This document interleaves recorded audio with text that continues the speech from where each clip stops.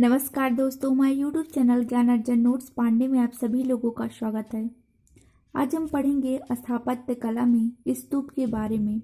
स्तूप की संरचना क्या होती है तथा स्तूप क्या होता है। तो पहले इसको जानने से पहले आइए पहले जान लेते हैं कि स्तूप होता क्या है। स्तूप मुख्यतः मृतक स्मारक से संबंधित होता है, लेकिन ऋग्वेद में आग की लपटों को स्तूप कहा गया और सूर्य के प्रकाश को हिरण स्तूप कहा गया। लेकिन जब महात्मा बुद्ध के शिष्य आनंद ने पूछा कि वह जो मृतक लोग हैं तथागत उनके शरीर का सम्मान कैसे किया जा सकता है, तो बुद्ध ने बताया था कि महात्मा बुद्ध ने स्पष्ट कहा था कि जिस प्रकार चतुष महापथों पर चक्रवर्ती सम्राट के लिए स्तूप बनाए जाते हैं, उसी प्रकार स्तूप तथागत के लिए बनवाना चाहिए। जब महात्मा बुद्ध को महापरिनिर्वाण की प्राप्ति हुई, तब उनके अंगों को 8 भागों में विभाजित कर 8 स्तूप का निर्माण करवाया गया। लेकिन वेन्सांग अपनी पुस्तक सियुकी में लिखता है कि मौर्य सम्राट अशोक ने 84,000 स्तूपों का निर्माण करवाया था। हालांकि उसके साक्ष्य में नहीं मिलते हैं, कुछ ही के साक्ष्य में मिलते हैं, लेकिन उसकी पुस्तक में यह बताया गया था क्योंकि अशोक जो था वो बौद्ध अनुयायी भी था। इसी कारण अशोक ने 84,000 स्तूपों का निर्माण करवाया था। अब आइए देखते हैं। और जो स्तूप का विकास था वो मौर्य काल से लेकर गुप्त काल तक लगातार चलता रहा। बुद्ध के पहले भी स्तूप का निर्माण होता रहा, लेकिन वो सब स्तूप मिट्टी के बने होते थे या तो लकड़ियों के, इसलिए उनके साक्ष्य में नहीं मिलते हैं। तो सुंग काल और सातवाहन काल को बौद्ध स्थापत्य कला का स्वर्ण काल कहा गया है। आइए देखते हैं कि ये जो स्तूप है इसके किस भाग को क्या कहा जाता है। पहले तो प्रवेश द्वार। मुख्यतः जो मुख्य स्तूप होते हैं, प्रमुख स्तूप होते हैं, उसमें 4 प्रवेश द्वार होते हैं, पूरब, पश्चिम, उत्तर, दक्षिण। और ये कैसे होते हैं? 2 बड़े स्तंभ होते हैं जिन्हें तोरण कहा जाता था। प्रवेश द्वार को तोरण कहा जाता है, तोरण। और ये जो होता था, जिससे स्तूप होता था, यानी कि ये तोरण वाला भाग है, इधर प्रवेश द्वार है, और ये वाली जो बाउंड्री है इसे वेदिका कहते थे। वेदिका ये वृत्ताकार काष्ठ होता था। और ये स्तूप और ये जो है ये वाला भाग,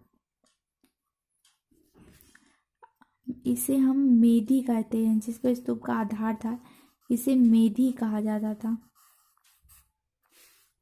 और मेधी और वेदिका के बीच वाले भाग को, ये वाला भाग, इसे प्रदक्षिणा पथ कहा जाता था, या परिक्रमा पथ या प्रदक्षिणा पथ।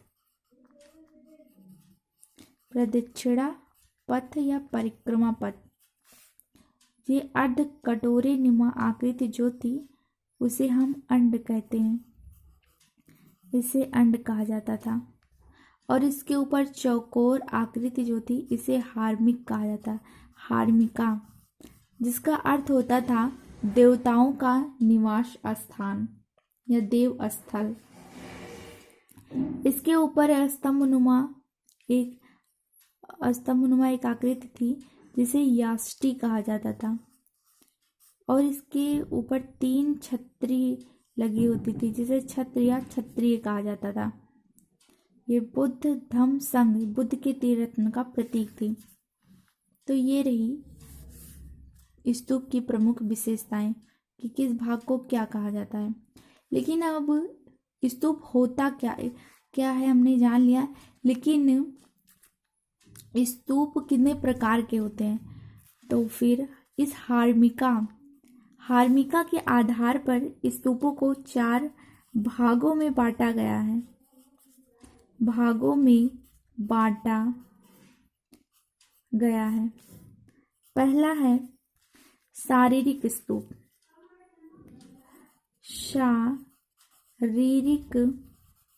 स्तूप शारीरिक, और फिर है दूसरा है पारिभौगिक। पारिभौगिक,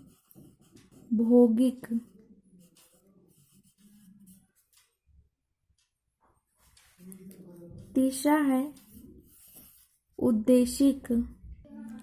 हार्मिका के आधार पर स्तूपों को 4 भागों में बांटा गया है: शारीरिक स्तूप, पारिभौगिक स्तूप, उद्देशिक स्तूप और संकल्पित स्तूप।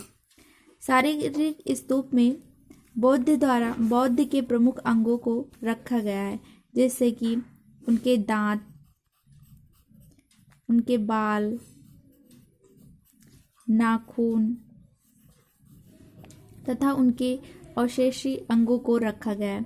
पारिभौगिक माने बुद्ध द्वारा प्रयोग की गई प्रमुख वस्तुएं, जैसे उनके चरण पादुका और पात्र आदि को रखा गया है। उद्देशिक, यह बुद्ध के द्वारा स्थान से संबंधित है, जैसे कुशीनगर,